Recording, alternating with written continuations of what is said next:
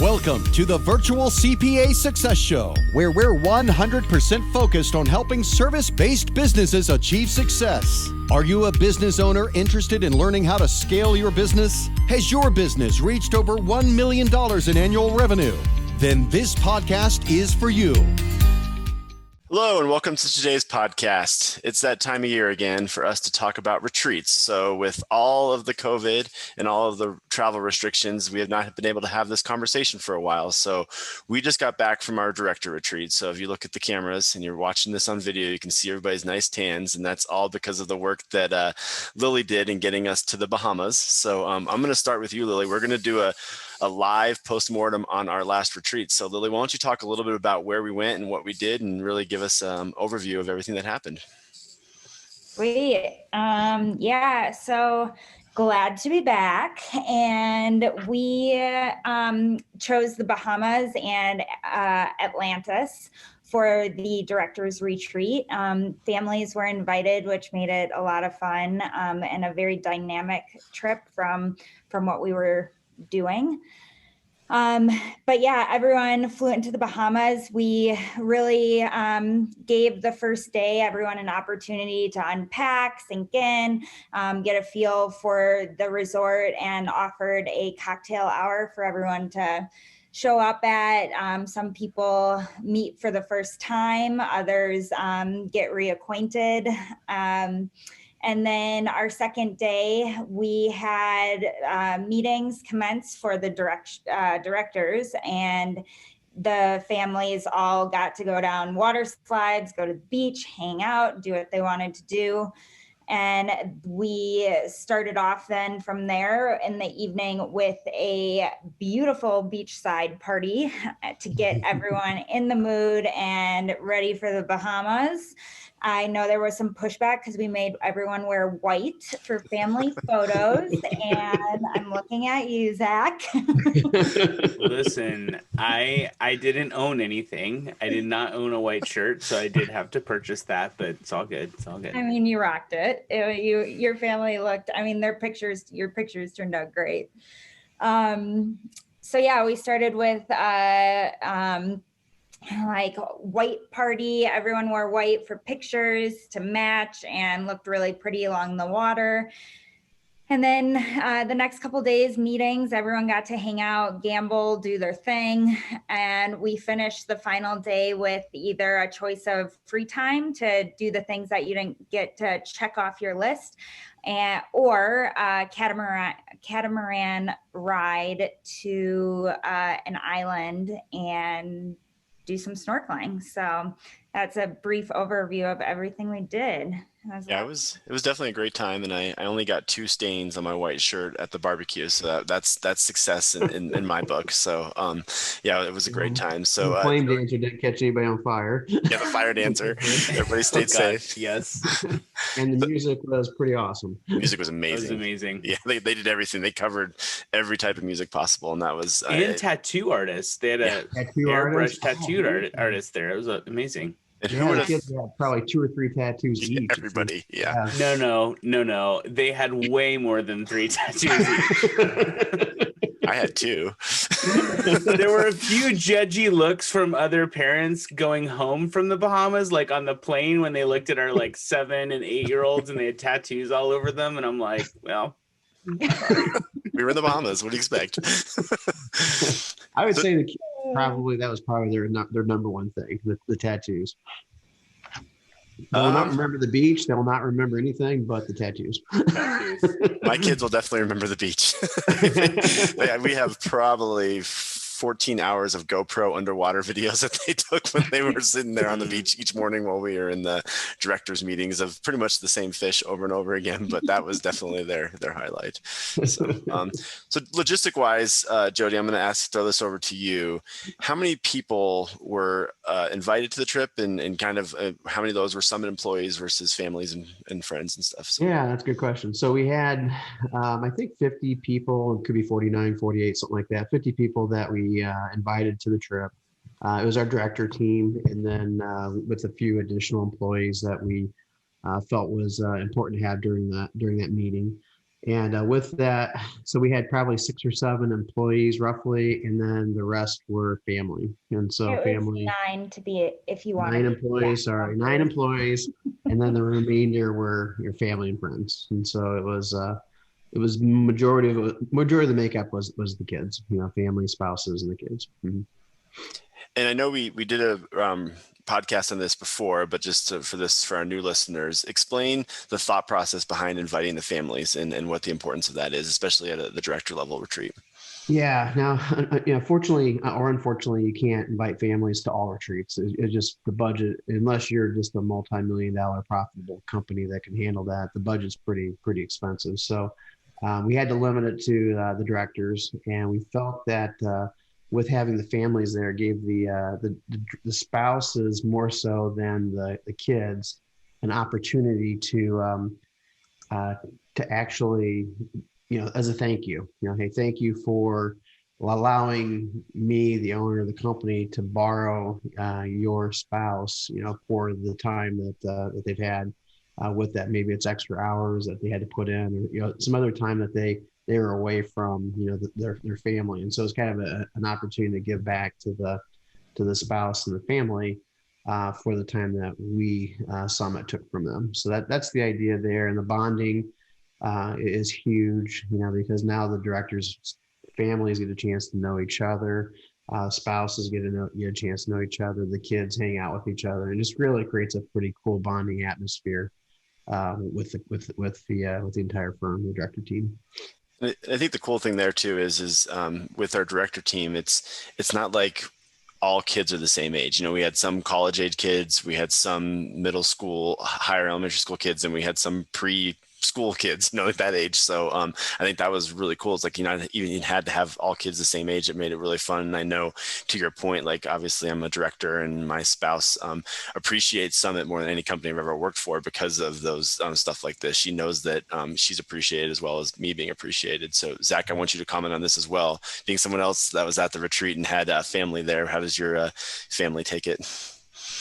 My family could not have been more grateful and could not have had a better time.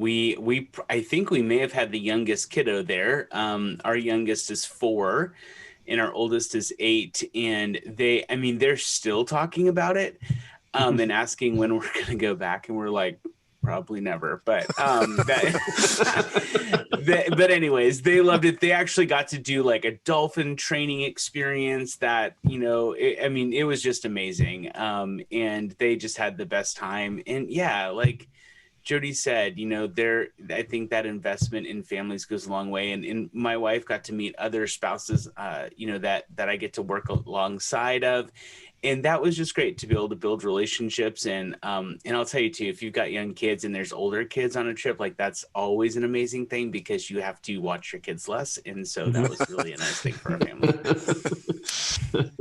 Yeah, that's definitely true. And I think that it was fun for my kids because my kids are, 12 and 14. And the last dinner there they were at, and it was a typical Jody dinner where we probably were there for 3 hours, doing you had the appetizers and you just sat and talked and ate. And so my kids get a little bit of an understanding when I come back from a trip and I'm exhausted. Like, oh, now we know why. It's because you have those long Jody dinners. I'm like, that's every night. You had a 14-course dinner. A 14-course meal with lots of options, lots of desserts. So Lily, I'm going to throw it back to you. So in terms of retreat planning, in terms of inviting families, how often do you see that done?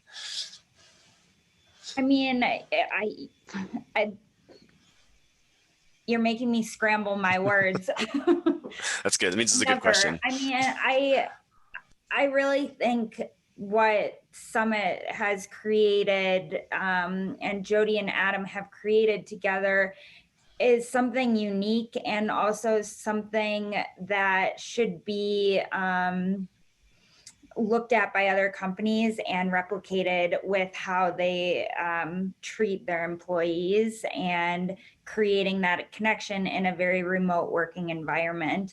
I agree with what Jody mentioned is, inviting spouses and family because of budgeting is definitely meant for certain employees at a certain level. And it's just really cool to see what happens on these retreats with family. And it's worthwhile taking a look at if you're looking at doing a retreat and celebrating your team, not only through development at meetings, but also through a memorable experience.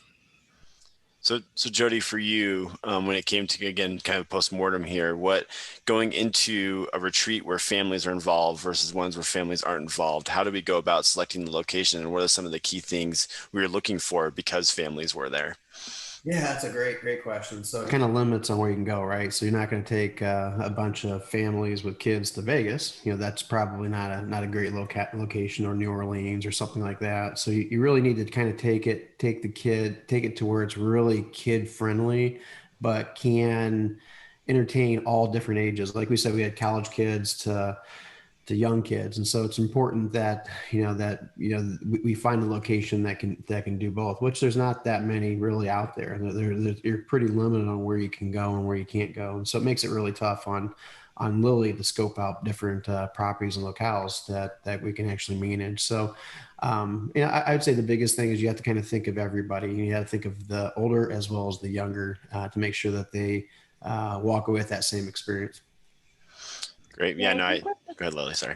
Even the beachside party that we threw is a small scale example of the elements that go into play of, we could have stopped with dinner and a calypso band playing and an open bar, but then, okay, fine. Then what do you have younger kids enjoying and occupying themselves with, so the adults can really actually enjoy the open bar and the calypso band? So what elements then can we bring in? A magician to kind of capture the kids' attention when they first arrived. Then they're like, oh, tattoos, great. And in fact, the tattoo artist stayed an hour longer because people wanted more. And then a fire dancer for everyone. And that's just a small scale example, but that goes into play and when you're planning an entire trip and picking a location too. Yeah, and I think that's the key of having a Lily involved is I think if Jody, Zach, and I would have planned this, we probably would have just had the dinner. We wouldn't even have the musician. We would have the dinner in the open bar, and the kids would have been annoying us the whole time. Bring your own dinner to the beach. Yeah, right? Exactly. So I think that's the importance of having a Lily there. She thinks through that the entire time. And I think even when choosing the location, to Jody's point, is that there was something to do for everybody. There was something where, some days we were just on the water park all day. And I made a joke to Adam when I was talking to him a couple of days ago is, I only saw the casino once, and that's when we went to dinner on the other side of the beach. Like I didn't see the casino the entire time we were there because I had the kids and because I had the family where, some of the people who were there that had the older kids probably spent the majority of their time in the casino. So it was just a little bit more than I'd ever want to see in an entire year. Because of the friend group I made, but we won't spend too much time on that. We'll keep this PG rated, right? With those party kids. So Zach, let's turn the table a little bit here. So I think we've talked about the entertainment and the fun part of it. Now let's talk about the 3 or 4 hours a day where we spent doing business and what we were doing during those times. How did we go about putting together that agenda and discovering what was needed there? I don't really like how you inferred that the 3 hours that I facilitated was not fun. So we'll start with that. I had a great time. But I'm talking for the other people. Thank you. Time vote. Yeah, we really set out to talk about what does strategic growth for the firm look like? And, I think that this is a great opportunity to step outside of the day-to-day. Obviously, a huge investment from the company to do that. And so we really sat back and said, how, in the next couple of years, we want, we have these big growth goals, and how do we accomplish those together? And so we stepped back and first said, who is in the room is really important. The investment of the people in the room is really important. So again, helping to understand our unique abilities and unique contributions. Tom Rath, who wrote the book, Strengths-Based Leadership, said, as a leader, we can't be great at everything. The greatest leaders understand what they're great at and what they're not great at, and leverage those strengths and abilities. So we used a new assessment out there called Working Genius by Patrick Lencioni. And we went through that together to really understand what our working geniuses are, what our competencies are, what our frustrations were.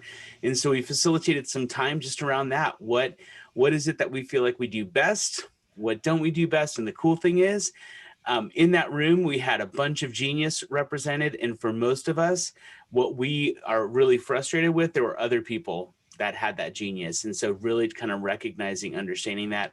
We also just had some time of being able to appreciate and affirm one another for the contribution that each person is making. So there was some time dedicated to that, as well as challenge.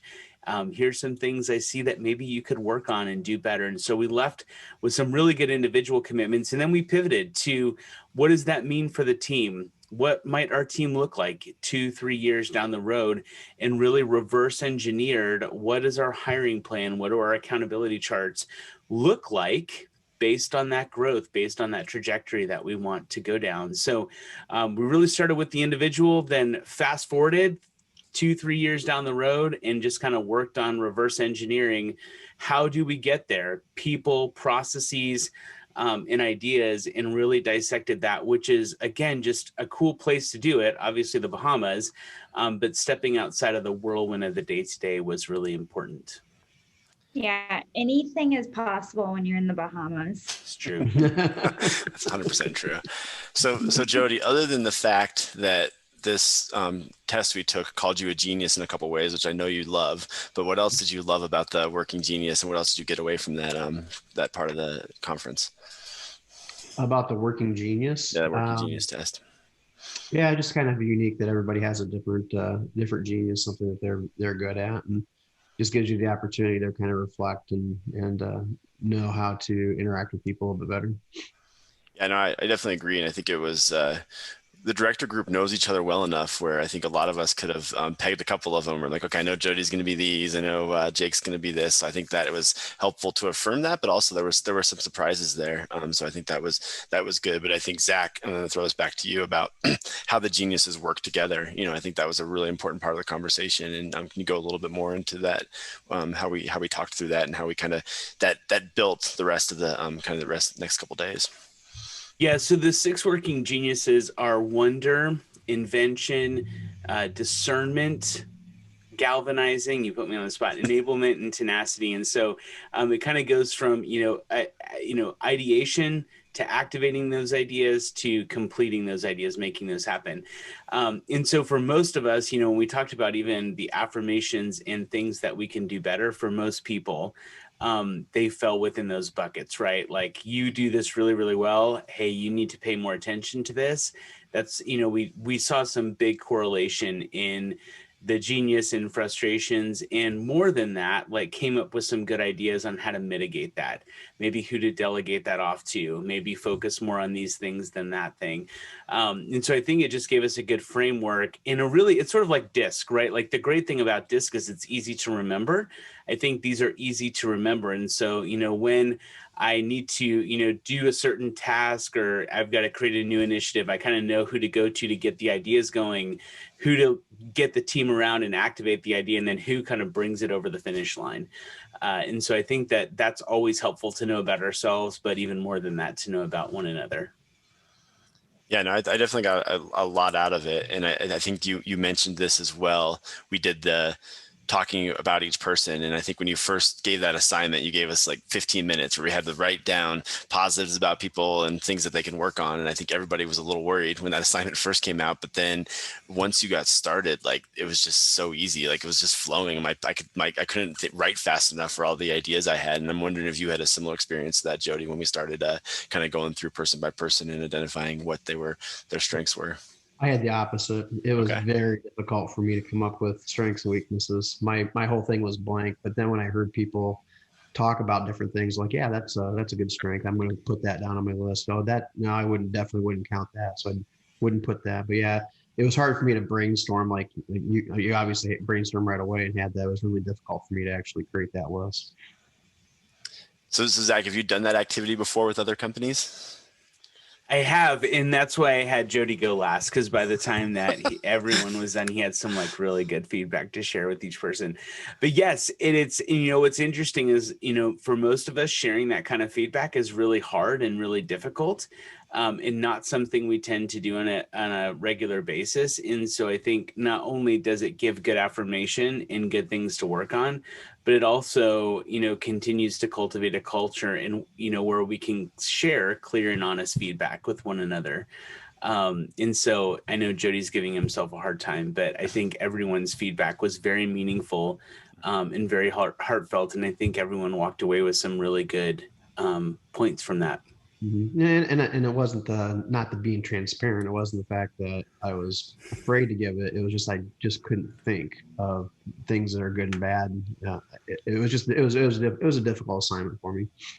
I think part of it too is sometimes it's tough to brainstorm by yourself, right? Like I think the reason you do brainstorming sessions is when you're like, oh yeah, I hear that, and then you add to it and you do things like that. So I think that's part of it is that again, it is a difficult task to just sit there and in silence think about different people. Like when you make a comment about somebody else, it's like, oh yeah, duh. Why didn't I put that down there? Yeah, that's exactly. Or maybe elaborate on something there. So it was easier for me once I started hearing people talk to get an emotion there. I feel like you were writing like 1 million words a minute after like when people started sharing, you're like, oh yeah, this thing. And like by the end of it, everyone like it would just kept building on each other. It was cool. Sure.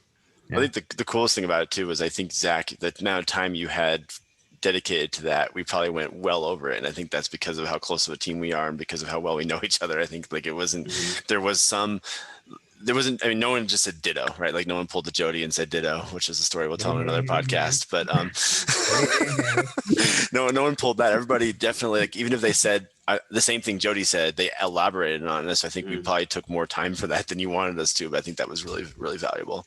Yeah. And I think that's a good note when you're doing retreats like this. We talked about in what I tried to get from Jody and you and from Adam was, what are the things we hope to accomplish from a big picture perspective, and then kind of brought a bunch of tools to be able to do that. And we cut some things that we didn't do because you're right, that took way more time than I thought it was going to take. That's sort of the story of my life on, retreats and things, but it was really good. And that was the right thing to do.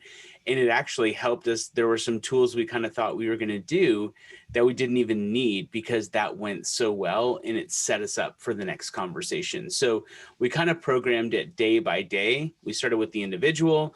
Then we talked about how does this intersect with the team? And now how do we plan for the future? And so I just prepared kind of a toolbox for every day. We didn't get to every tool, but that was okay. We got to the right tools. And I think that's the importance of having a Zach as opposed to the CEO or the COO like Adam or I lead the discussion. It put us all on equal footing, having a Zach do it than having us do it. No, I agree 100%. I think having Zach there, similar to what I said about Lily earlier, like it would not have been as successful without someone like a Zach running that, because it's what he does best. I think when I talked about his strengths, like whenever I see Zach at a retreat, I'm like, man, this is like the chef in the kitchen. This is where he belongs. And so it's fun to watch him work in that area. And I think it makes our retreats super successful. For sure. It's cool. It's a team effort, right? I mean, we were making fun, but I mean, a retreat I planned with Summit a couple of years ago was at a Holiday Inn, and not that Holiday Inns are bad. I'm not passing any judgment, but Jody was mortified, number one, that I would plan a retreat at the Holiday Inn, and number two, like it would have been way better if Lily had planned it. Sure. So the last thought on the retreat side of things. So Jody, I definitely noticed that. So the last retreat we did in Jackson Hole, we really focused on what seemed like more short-term goals, like what needs to be done in the next year. And then this retreat, we obviously focused on a couple of years down the road. Can you talk a little bit about the thought process behind that and kind of how we got from one retreat to the next? Yeah, I think the short-term goals are very important to have because, again, we had some leaks in the company, different things that we needed to fix, right away. As we fixed those leaks, the leaks were big. Now the leaks are really small in the company. So we got some smaller leaks, which those can be handled a lot of times on the weekly meetings or the monthly meetings, that sort of thing. It doesn't really need to be addressed necessarily at the retreat level. So I wanted to get everybody off of the short term and their heads buried and start looking at the long term. Because what happens is we don't start looking at the long term, those leaks become, freaking waterfalls and pools before we even get to them, because we weren't thinking ahead. We weren't thinking, ahead of the next day type of thing. So I thought it was really important to really focus on what the company is going to look like in 3 years, because we are growing. We about double our size every 3 years. So that's a pretty good growth pattern. And the only way to be successful with that growth pattern is really planning for that growth and making sure that hires are made prior to the need for that hire, making sure the cash reserve is built strong enough to be able to afford, hiring $1 million in new hires, every year, that type of thing. So it's really important to kind of looking forward. And that's what I wanted my director team to do is, hey, let's look forward as directors and let's let the managers look at the day-to-day stuff now that we're putting different levels underneath that. The director should always be looking forward and not in the weeds, not doing the day-to-day stuff. So, Lil, are you excited to plan a retreat for a company that's twice this size in a couple of years? It's going to be awesome. As long as everyone's flights go to plan. Yes. Then it'll be great. No, I mean, this work and working with you all is my happy place. I thrive in it, and the bigger the group, the more intricate the itineraries get, and the more people you're looking out for, that excites me even more. So bring it on. Bring it on, Summit. Bring it on. We've got one coming up next week, actually. Yep. Yes. Which kind of leads to the next topic. We're having a part 2. Next week will be the CFO retreat. So we're planning that. We're going to have that in Las Vegas, and we'll be conducting that our next basically our next webcast, during that retreat. So that should be pretty exciting. Talking a little bit about that. Now, again, we did the director retreat, which is directors with families, and then the CFO retreat, a little different. Instead of families, they're really not invited. Which is purposely done that way, so that the CFOs get a chance to hang out with each other more often. They don't have the excuse that they've got to go back to their spouse, or the guilt that they've got to go back to their spouse at night and hang out with them, where they kind of feel more freedom to hang out and really kind of get a chance to bond with each other a little bit more. So that's the purpose of that. But then we do add that element to it, where we add the families are allowed to come on that last day for a really cool dinner and stuff like that. We'll talk more about that on the next one, but it gives them the opportunity, if they want to extend it to a nice little vacation afterwards, they can do that, for a couple of days, afterwards. We try to have it on a Friday, and on a Friday, give them the ability to have a Saturday and Sunday, and then back to work on Monday type of thing. So a little different, a lot smaller, only about 20 people at the CFO retreat.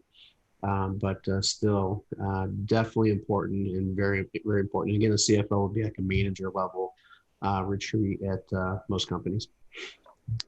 Yeah, so I think that we will be doing our first attempt at a live podcast next week. So we are going to bring several cameras, several microphones, everything we need to do to try to do this live in Vegas. And hopefully there'll be no slot machines ringing behind us while we're trying to talk. But it should be a really good podcast. I'm looking forward to talking through that one. To Jody's point, there definitely is a different mindset behind both retreats. Not having the family there, I've probably been to 5 or 6 CFO retreats now, and everyone, it's just about bonding. It's about spending the time, and playing Cards Against Humanity until 4 o'clock in the morning in a hotel bar has happened before, and I'm sure it'll happen again. But it'll be a great podcast, and I'm looking forward to it. We'll have this exact same group on that podcast after this one. So yeah, I think we've had 100% other than 2020. 100% attendance, basically, or people deciding to stay longer or had plans and needed to leave, but then we're like, I'm canceling those plans because I can't miss out on this thing that we're doing. So good track record. Yeah. For sure. I think that starts at the top too. And I think that the once people start hearing more about the retreat and knowing what's going on, that the people don't want to miss out on it, because it is, especially for a distributed company. It's not like I get to see Jody every week at the water cooler. Like, we see each other maybe a couple times a year. And so you don't want to miss out on those opportunities. And that really helps. Great. So that we're right up on time here. So again, any final thoughts on the director retreat and things that we wanted to get out there for our listeners to know about putting together a director retreat? I would start. I would say the key there is, right from the top. And I'd say the key is the planning part. Make sure you have the right people in place for it. Don't try to do it all yourself. As an owner of a company, that would be the most stressful week in the world if I didn't have a Zach and a Lily on the team that could coordinate the retreat and then manage the retreat as it was going on. So don't try to do it all by yourself. It's real important, and money well worth spent to have two individuals like this on the team to be able to do it. Yep, definitely. Zach, any final thoughts from you? I agree. Put a lot of thought into where you want to end up at the end of the retreat with facilitation. What do you want people to know? What do you want them to kind of feel? What do you want them to do? And I think that that's really important because this is a huge investment. You want to get, big dividends from it, not only from the, building side of relationships, but also what you accomplish. And you have this amazing opportunity to step outside of the day-to-day. So think about the end in mind, reverse engineer it from there. So yeah, that would be my advice. And get a Lily to plan. For sure. So you threw it over to you, Lily. What's your final thought? Other than the planning is truly crucial, especially when you're working with groups that are 10 people joining you and more, along with if you're traveling internationally. I think one of the big things we had to deal with for this trip was some of the COVID regulations and protocols going international. And I know that left a lot of people feeling somewhat anxious, but I could tell people quickly felt relieved and confident in the process of traveling to the Bahamas and what needed to be done, because I was there to hold their hand and guide them through the entire way. So it's not only the planning, but also just when you're that set up and have it well thought out, when things happen, you're then able to quickly act on a contingency plan because everything's already pre-planned out. So that would be the biggest thing that I'd leave with. For sure. And I think that's even true outside of COVID. I think, and even international versus domestic or whatever, I think just having someone there that's planning, because I know I'm more of a fly by the seat of my pants type guy. My wife is a planner, and the amount of times like she was reaching out to me through Lily or me trying to get a hold of Lily. I'm here. Just here's Lily's number. Why don't you reach out to her? Yes, sure she probably texted you 100 times and we got it all figured out. But no, there was definitely a lot of stuff up in the air that we just didn't know about. And I think that having a Lily just there to answer those questions is a lot better than someone internally trying to do it. So it's such a guy thing versus girl thing. Like very girls tend to want to know everything. And Jen, Dave's wife, was like, thank goodness you sent that out and everything, like the itinerary and all of that to me, because Dave was just going by the seat of his pants. A lot of us were. Sorry, Dave. I think I forgot to tell my wife that there was a specialized app that had everything until we got there. And she's like, what? And I'm like, just look at the app. What app? What are you talking about? And I was like, oh, sorry. If it wasn't for my wife, we'd all been wearing green to the white party, and that would have been bad. So awesome. Well, I definitely appreciate you guys joining us, and I think this will be a well listened to podcast. And again, we will talk again next week in Vegas. So thanks for joining, everybody. Yep. Thank you. See you in Vegas. Yep. Enjoy this podcast? Visit our website at summitcpa.net to get more tips and strategies for achieving business success. We're here to be a resource in this ever-changing industry.